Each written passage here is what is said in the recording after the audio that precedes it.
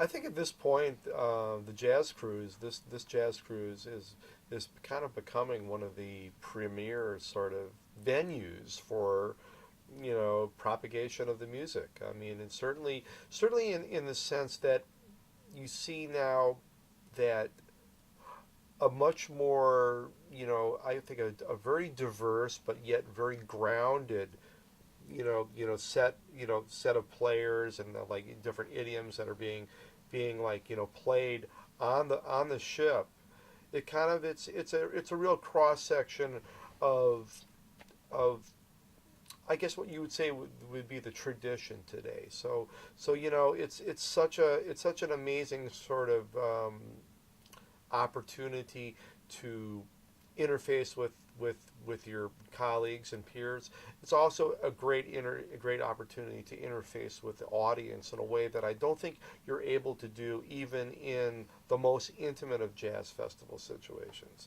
I mean, we're definitely all on this boat together, and so you really get to know people in a in a I think that we all know that we need to have interactivity with our audience in a way that maybe some musicians it was a little bit more the mystique and like you want to kind of remain over here and so on and so forth, or for whatever reason in times past. We realize very much today is that without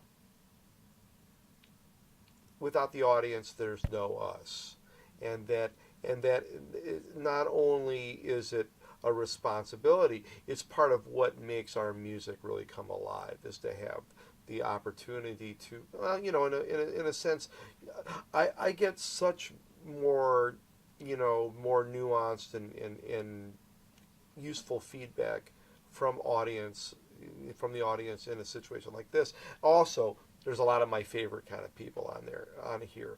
People that have been listening to this music for years and years and years, and they know what's going on.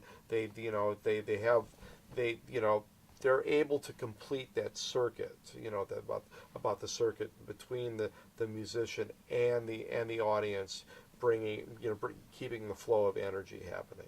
I always feel like I've said this to people that I know, like the older listeners that are what I would say expert listeners. I wish that they would go and mentor a young jazz musician, and to show them what it's like to listen to music. Show them what it's like for somebody who knows what's going on, that how they decide whether something's happening and what's not happening. Check out, you have to check out what people are, how people are who are actually are listening or reacting to what you do, and be shaped on it. It's like some of the best feedback I ever got when I was a kid was from people in bars that would come up to me and say things like I remember one guy saying to me, I was very much into Woody Shaw, right, and of course even before I sort of had the shall we say the before I had my stuff enough together to really do anything with it, I was trying to play like that. And so a guy came up to me one time and said, "You play a nice horn, but you run out of key a little bit too much," And people would say things like that, and for some reason, thank goodness, I'm some sort of a good listener. I would take those things and consider them very carefully. It's like, you're absolutely right. It's not about that I'm trying to play. I could say, well, I'm just trying to take it outside and stuff, but yeah, he's right. I do run out of key a little bit too much, so.